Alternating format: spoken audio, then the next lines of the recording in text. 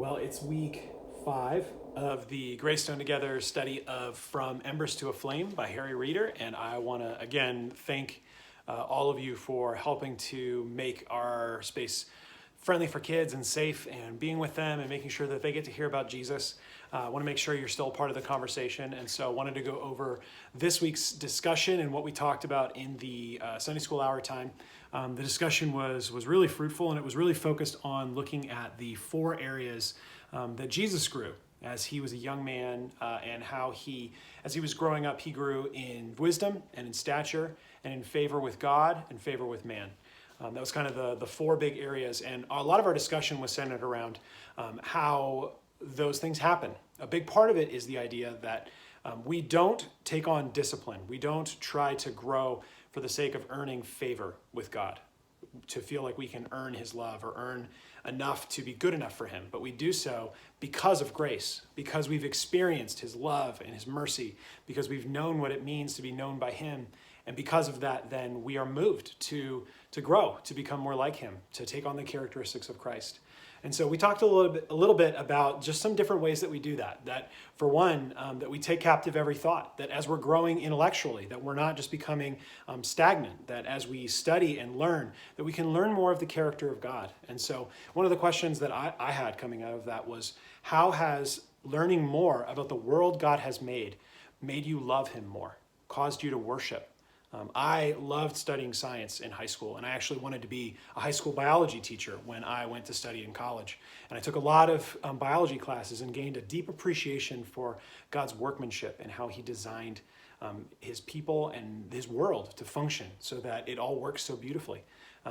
John studied physics, and he talked about a moment in his learning where a physics property that he went into great detail explaining as part of our discussion. It was kind of fun. How that prompted him to worship God, because the way that atoms function is just marvelous. And it talks about how Jesus holds the whole universe together. And because of that, we can worship in the way that we study and learn and grow. And that's so beautiful. The second thing we talked about is physical discipline, how we master our bodies, how we, whether we eat or drink or whatever we do it all to the glory of God.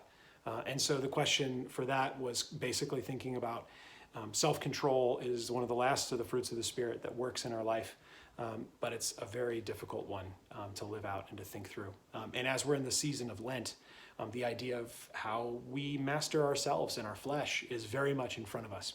And that tied into the idea of spiritual disciplines.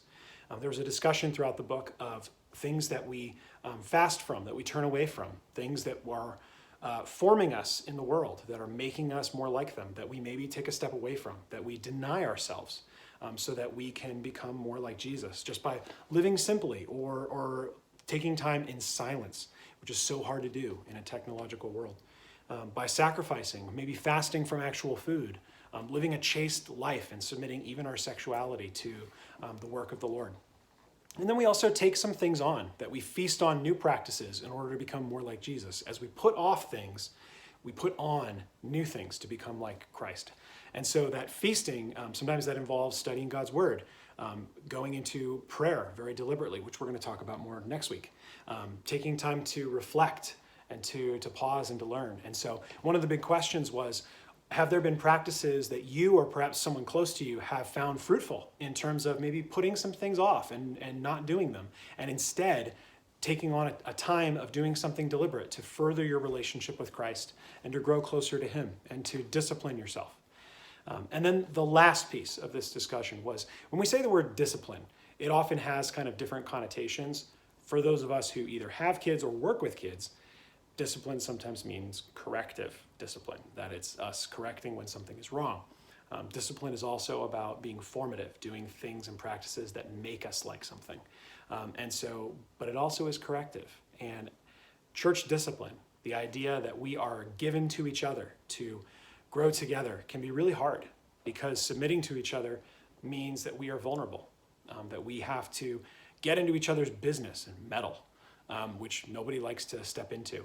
And one of the big questions that John asked is, are we willing to do this? It's a small statement, but it's a big thing to do. Does it mean for us to live into church discipline, to allow the church to get into our lives and our homes and who we are, and to be a part of that together? So the big question is that something you want? Is that something that you want to be a part of in order to obey and to become more like Jesus? And as we step into the new season, seeking the next senior pastor, I think that's a big part of that question. Is this something that we want to do? To be discipled and to discipline our lives to become more like Jesus so that we can follow where he's leading us. So I hope this discussion is helpful. I hope that it gives you some encouragement and some things to think about. I encourage you, if you want to consider these questions, you can send your responses to me, things you're thinking about, or speak to those in your life, whether that's a spouse or some friends that you're talking about this with. I want to encourage you to just be engaged in the conversation because we really think this matters in the life of the church, and we're glad that you can be a part of this even digitally. So thanks for your time, and I will hopefully talk to you sometime soon. Bye.